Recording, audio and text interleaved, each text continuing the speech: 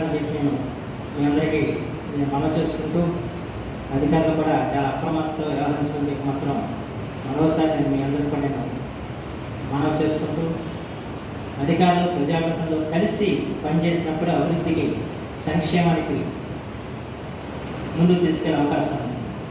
ప్రమాదం కూడా ఉంది. అధికారులు ప్రజాప్రతినిధులు కలిస్తే అవినీతి కూడా విచ్చలవిడిగా జరుగుతుంది.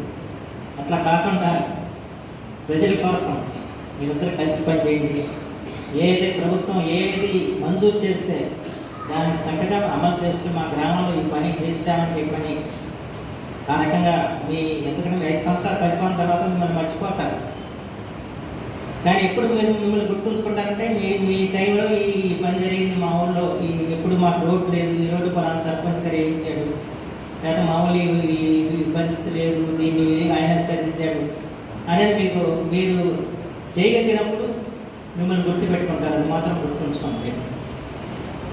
ఎందుకంటే ప్రజల హృదయాన్ని చూడమనేలాగా దయచేసి పరిపాలన చేయించడానికి మీరందరూ కూడా ప్రయత్నం చేయలేదు. మండల పరిషత్తులో ఉన్నా, జిల్లా పరిషత్తులో ఉన్నా, లేకపోతే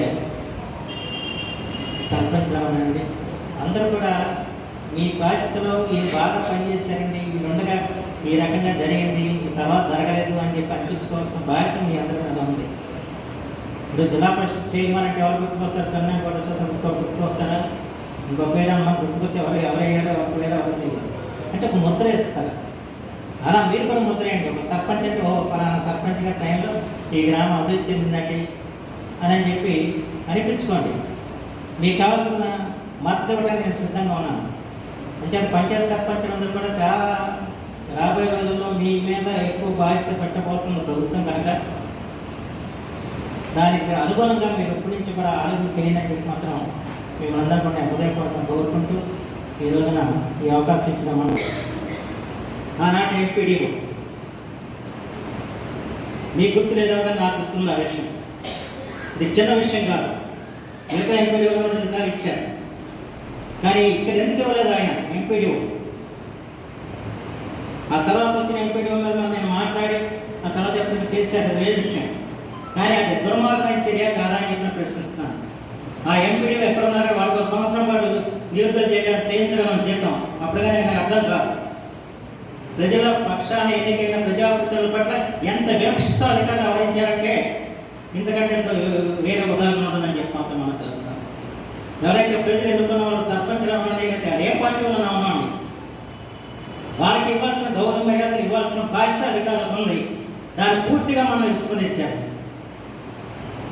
వాస్తవానికి అంటే మా వాళ్ళు మెతకోవాలి అయ్యేవారు సరిపోయింది, కానీ మా వాళ్ళు కొంచెం కరుగ్గా నిలబడంటే వాళ్ళ వెనకాల నిలబడి ఆనాడే నేను నీకు తీర్చుండేవాడు ఇక్కడికి వచ్చి. ఈ రోజు మాట్లాడే జీతం రాకపోయినా మండల ప్రెసిడెంట్ గారు,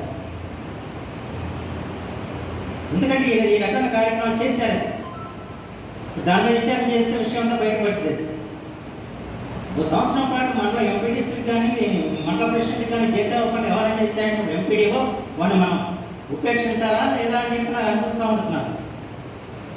అంటే ఏ విధంగా ఎవరో చెప్పారో వాళ్ళకి ఆపమంటే ఆపేస్తారా? దాని గురువులో ఏమో లేదా, చట్టం లేదా? ఈ రకంగా ఎన్ని జరిగాయో చెప్పడానికి లేదు. చల్లపల్లిలో జరిగిన అక్రమాలు, అవినీతి ఎక్కడ జరగాలి? దయచేసి ఇక్కడ ఉన్న ప్రజాప్రతినిధులందరికీ నేను నిర్ణయం చేసేదంటే మన కాలంలో అలాంటివి జరగకుండా చూడాలని చెప్పి మాత్రం మనం చేస్తాం. జరిగినట్టు గురించి తర్వాత ఏం చేయాలో ఆలోచిద్దాం. కానీ ఇప్పుడు మాత్రం జరగడానికి వీల్లేదు. ఈ దళారీ పాత్ర ఎవరు పోషించినా కూడా వాళ్ళని బల్లలో నిలబెట్టాల్సిన బాధ్యత ఉంది, దాంట్లో అనుమానం లేదు. వాళ్ళ అధికారులందరూ కూడా హెచ్చరిస్తున్నా, మీరు చట్టబద్ధంగా పారదర్శకంగా పరిపాలన చేయండి. అంతేగాని ఎవరినో అడ్డం పెట్టుకుని మీరు వ్యవహారం చేసి తప్పు చేస్తే మాత్రం ఉపేక్షించే ప్రశ్నే లేదని చెప్పి మాత్రం మనం చేస్తాం. ఆ పార్టీ వాళ్ళు తప్పు చేసినా మీరు నిర్గమంగా దాన్ని వెనక్కి తీసుకోండి. ఈ విషయంలో ఎవరు వెనకేసుకొచ్చినా కూడా నేను ఒప్పుకునే ప్రసక్తే లేదని చెప్పి మాత్రం మనం చేస్తాం. ఖచ్చితంగా ఈ నియోజకవర్గంలో చట్టబద్ధమైన పరిపాలన జరగాలి. రూల్ ఆఫ్ లాకి అమలవలసిన అవసరం ఉంది. రూల్ని ఖచ్చితంగా అమలు చేసి తీరాలి. ఎక్కడ రూల్ అతిక్రమించే పరిస్థితి రావడం, నేనైనా ఏదైనా విషయం చెప్పండి రూల్కి విరుద్ధంగా ఉన్నా చెప్పండి, రూల్కి విరుద్ధం సరే చేయడానికి వీళ్ళని చెప్పండి, నేను సవరించుకుంటాను. అంతేగా రూల్ తక్కువ మాత్రం దయచేసి ఎవరైనా చేయకని చెప్పి మాత్రం మనం చేస్తాం. ఇది ప్రధానమైన అంశం. ఎందుకంటే నేను పోయి ఒక విద్యార్థులను వచ్చే ఇక్కడికి, ఎందుకంటే నాకు 5 సంవత్సరాలు వాడవాడాల చందన పాట పేరుకి దాదాపు 80% రోడ్లు సిమెంట్ రోడ్లు వేయించాం. ఇంక 20% రోడ్లు మిగిలిపోయినాయి. ఇక్కడ జరిగిన పరిస్థితి లేదు. పైగా ఆర్టీసీ సంఘం కేంద్ర ప్రభుత్వం ఇచ్చిన నిధులు కూడా వెనక్కి తీసేసుకున్న పరిస్థితి వచ్చింది. ఇవాళ చూసాం మన విద్యుత్ దాంట్లో ఇక్కడ ఏమన్నా దేనికి తీసుకున్నామన్నారు, విద్యుత్ బకాయిలు చెల్లించడం కోసం మీటింగ్ చేసుకున్నామని చెప్పారు. ఇవాళ చంద్రబాబు గారు శ్వేతపత్రం విడుదల చేస్తూ విద్యుత్ బకాయిలకు చెల్లించలేదు అని చెప్పి అన్నారు. అంటే మీ బకాయిలతో ఉంది, కానీ మీ డబ్బు అంతా చేసి ఏం చేశారు. ఈ రోజు ఖచ్చితంగా చెబుతున్నా నేను, పంచాయతీరాజ్ గ్రామీణాభివృద్ధి శాఖ అంటే పంచాయతీలకు ఒక మహర్దశ తీసుకురావాలని చెప్పి చంద్రబాబు గారు, పవన్ కళ్యాణ్ గారు ఆలోచిస్తున్నారు.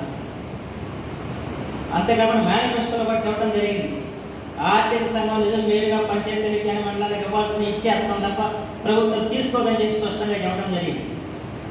అంతేకాకుండా మీకు మళ్ళీ అధికారాలు ఇచ్చే ఆలోచన చేస్తున్నారు, నిధులు కూడా ఇచ్చి వాళ్ళ గ్రామాన్ని అభివృద్ధి చేయాలి అన్న ఆలోచనలో వాళ్ళు వస్తున్నారు. అంచేత వాళ్ళ సర్పంచులు ఎంతో జాగ్రత్తగా మీరు వ్యవహారం చేయాల్సిన అవసరం ఉంది. మీకు అధికారం వచ్చిన తర్వాత మళ్ళీ మీరు ఇష్టరాజ్యంగా